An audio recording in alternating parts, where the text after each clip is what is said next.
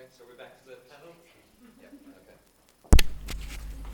So I'd like to invite people in the audience, if you have a particular question that you'd like to ask our panel. Effectively, I suppose you can ask, you can ask any question you like, but really about their views as a panel of practitioners in the area about what they consider might be some of the particular challenges maybe that they're facing in the area of mHealth or future opportunities or anything like that. So any particular questions? I suppose this is a question for anyone who's working in an academic context. And I suppose maybe Susan and David and Felix might be able to answer this. I think one of the challenges of doing development work within a PhD is that it takes a lot of time. And I'm glad Susan said that the publication of development studies is very important. But I was just wondering whether a development piece of work constitutes that 3 to 5 studies that people do in a PhD. I think in the past, development was a part of a method section where you described your intervention, whereas now people are writing development papers. Do you think development work that could constitute one of these 3 to 5 studies that people do within a PhD? Would it be regarded as that? And I think that's very important because a lot of this work happens within the constraints of doing a PhD and delivering 3 to 5 studies. Susan? Yeah. We'll take an example of Drink Less, where there are 2 PhD students working on it. I mean, they've already got 3 published papers already each, and another couple in the pipeline. So, BCT analysis of the outset there, that's 1 paper. The consensus study, another paper. Contribution to Cochrane Review, one's doing a separate paper on theory, one on BCTs. Usability testing, and then there's the piloting, and if they get the RCT at the end, great, but actually I don't think that would be needed for the PhD, even if the final chapter was, putting it all together as this is the RCT, or even, reporting the preliminary sort of data kind of analytics strategy, I think would be enough. Okay, so a development paper would be one of those studies within a PhD?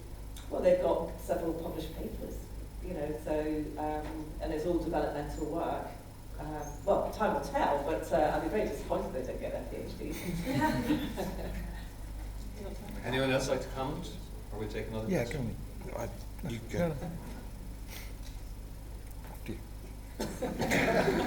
Such British. Sorry, could be here some time. I don't really have that much to add, except that I appreciate that this is a little, for a sort of traditional PhD, doesn't naturally fit in as a chapter necessarily, and a study. But I think we need to move on with this because there's a huge amount of science that goes on to developing intervention, and so I think it should be part of those 3 to 5 studies. But I suspect it will be increasingly difficult to get these sorts of things published, at least at the sort of high quality journals, just because of the lack of empirical data that accompanies these. Unless you're doing a study around that, and you can kind of fit the development into the paper that way, which is one way of doing it. Yeah, I guess the question for me would be, does the work lead to a substantial increase in knowledge? And certainly one would hope that the qualitative or some of the qualitative work that be part of this process that people have talked about, that should lead to a substantial increase in knowledge, or else why on earth are you doing it? I guess that the more using usual methods and producing things which are not substantially leading to increases in knowledge, that seems to me to be a little bit more iffy. But maybe it's a question of that one has to do certain things to get an app, for example, developed, and then one can try and make some of the bits of work sufficiently novel or sufficiently likely to lead to substantial increases in knowledge that aspect will get published, even if the more mundane bits maybe aren't. Thank you. Can I take back on the mic? Is there another question from the audience? Or comment. A comment, yeah. Disagreement. Yeah. At the back, as far away. As far away from the mic as you could be.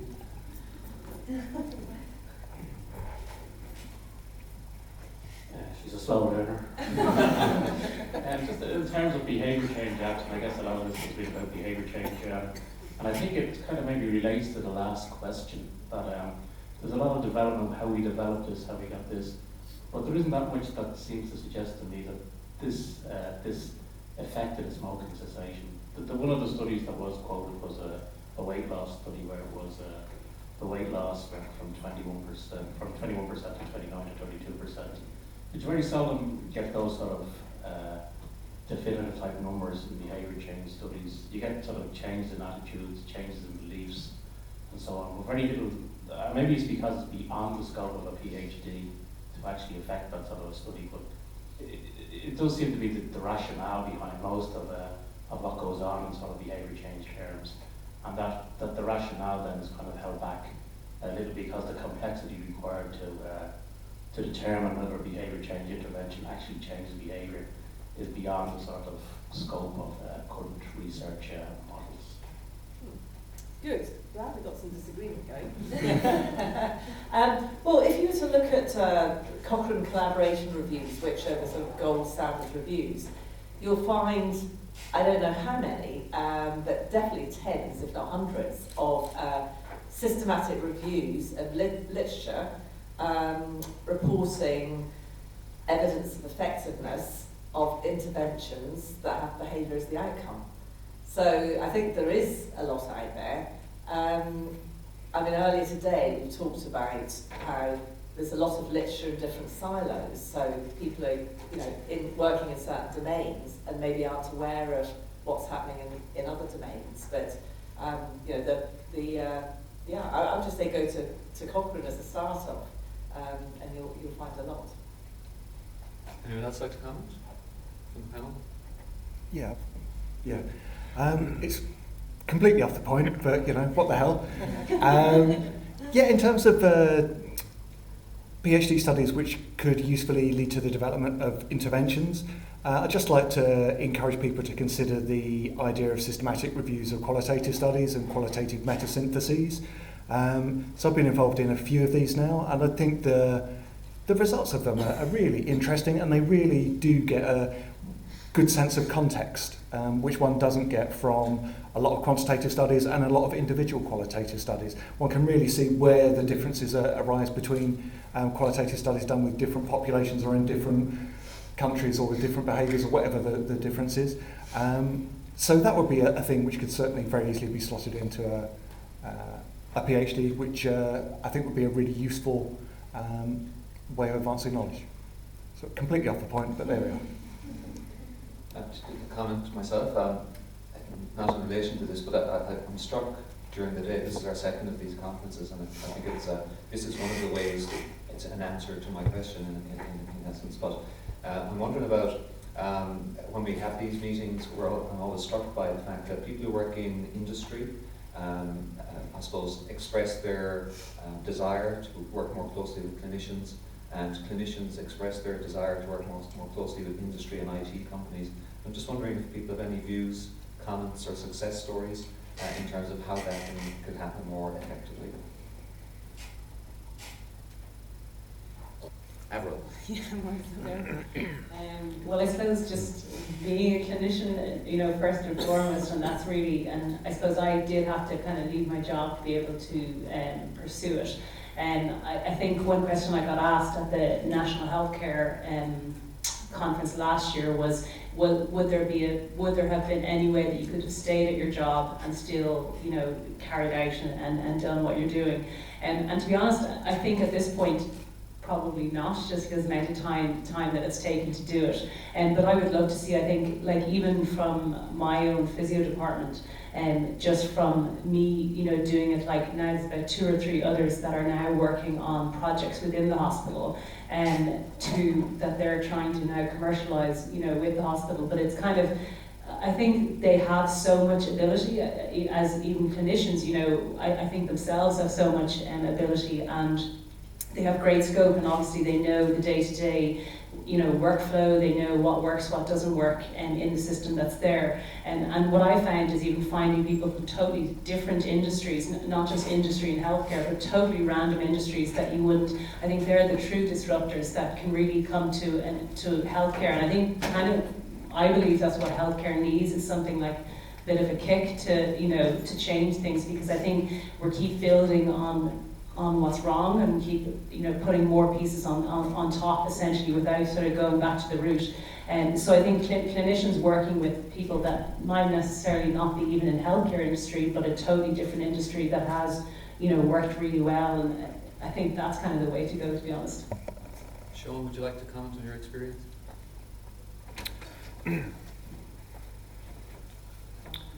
There's clearly a role for clinicians working with industry, and it's one that's promoted extensively in the U.S. There are granting systems through the NIH, through SBIR and STTR grants, which allow for industry and academic collaborations. I don't know if they have similar type of granting mechanisms here, probably. We have, a number of my colleagues at Stanford, I mean the average engineering professor and many of the clinicians all either own or are principals in multiple companies. That's just part of the spirit working in Silicon Valley. And I think that the two groups feed off of each other. The industry needs the clinicians' input knowledge, the patients, and similarly we need the innovation and the technology skills that the industry brings. On our side, though, I've taken an approach with Choir, though, not to go down that path. And I get asked that a lot. Why do you not engage in industry around this? Why do you keep it open source and non-commercial? And in my particular case, it's an issue of trust.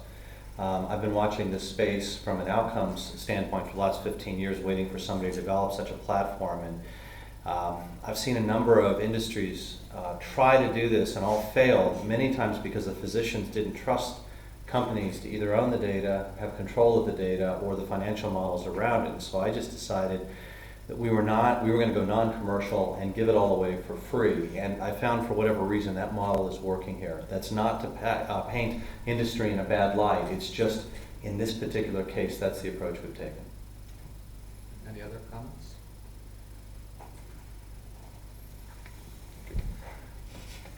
Okay. Any other questions or comments from the floor? I'm aware it's late. People are fatigued and the sun is shining. If not, I think the next point of order is for me to hand over, thank the panel, stay put until don't move, and I'm going to hand back to Jane as the MC. I know you're all saying, oh God, is she not going to let us go? So we just have two small more bits of business, so apologies. You've been tweeting fantastically all day. I think every single one of you should get a prize, but we've put together little prizes which the girls are going to present. As you know from very early on in the day, especially when Susan stood up, we started trending on Twitter big style. So the girls are going to present small Twitter prizes. I'm going to hand the mic to them. They're going to say who our Twitter champions are today. So we had some great activity on Twitter today. One person was far and away ahead of everyone else, but 5 times the amount of tweets that anyone else had, but unfortunately it was our own Jane Walsh. She's not going to be first. So our second best tweeter is Marita Hennessy.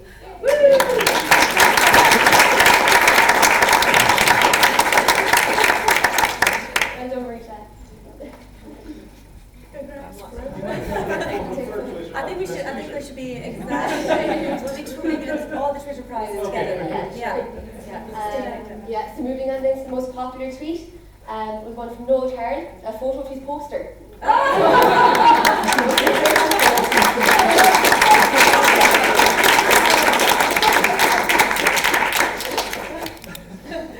Stop, that's the way to do it. Just tell them what the prizes are. So the prizes, by the way, are a power bank. For anyone whose battery's gone low. For tweeting.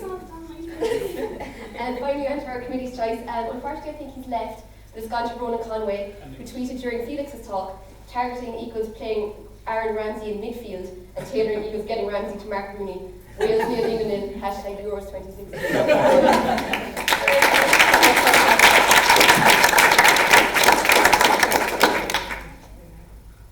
So just before we take our Twitter photos, so wait there are award winners, I just want to say thank you very much to the delegates. It's been a long day. Thank you very much for interacting so well. So many interesting questions from so many backgrounds.